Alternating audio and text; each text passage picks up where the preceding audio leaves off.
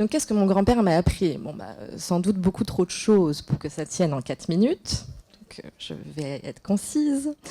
Je crois fondamentalement qu'au cœur de la relation qui lie un grand-parent à son petit-enfant, et inversement, il y a de l'amitié et il y a de la transmission.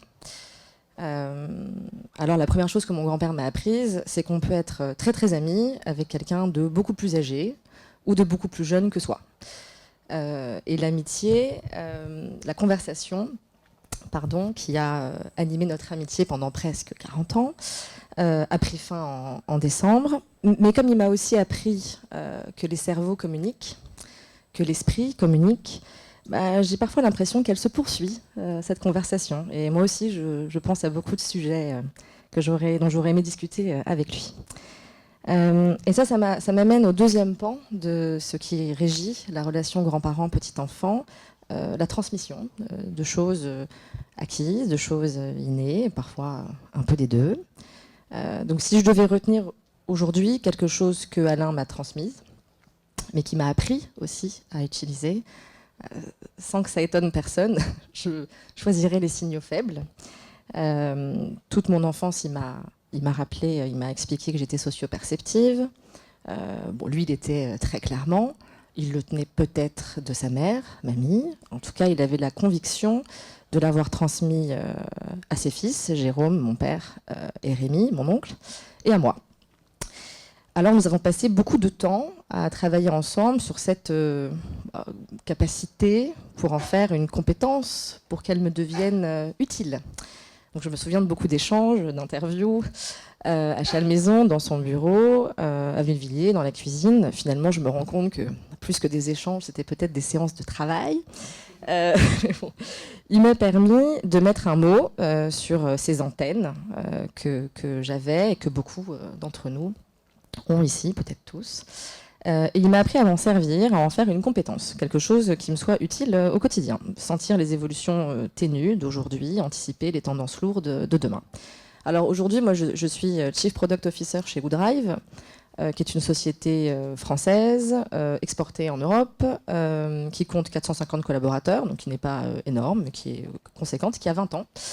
Et qui fait de la cybersécurité, qui protège la souveraineté numérique contre les géants américains et chinois, notamment.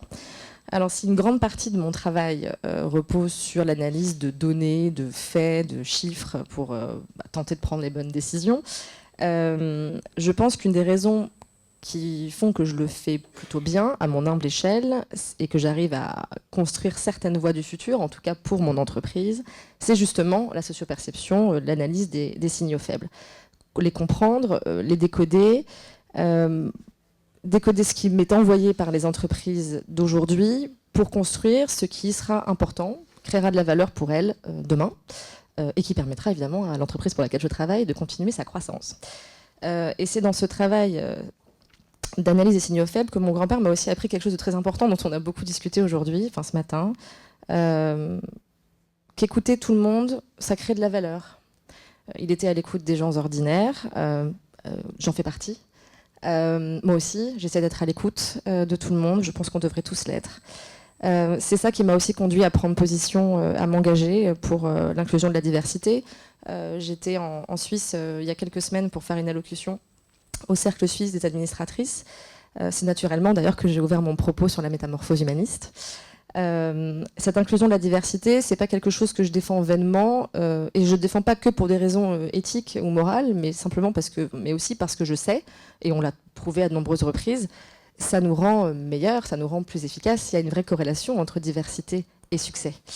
Et donc moi j'essaie de mettre ça en pratique au quotidien, dans mon travail, en recrutant des gens issus de la diversité dans son ensemble, c'est-à-dire celle des genres, des âges, des conditions physiques, mais aussi des tempéraments, des caractères, des milieux socio-éducatifs.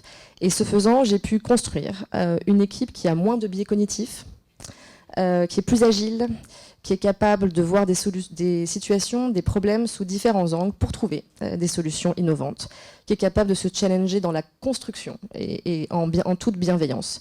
Une équipe de gens ordinaires qui pensent des solutions pour d'autres gens ordinaires.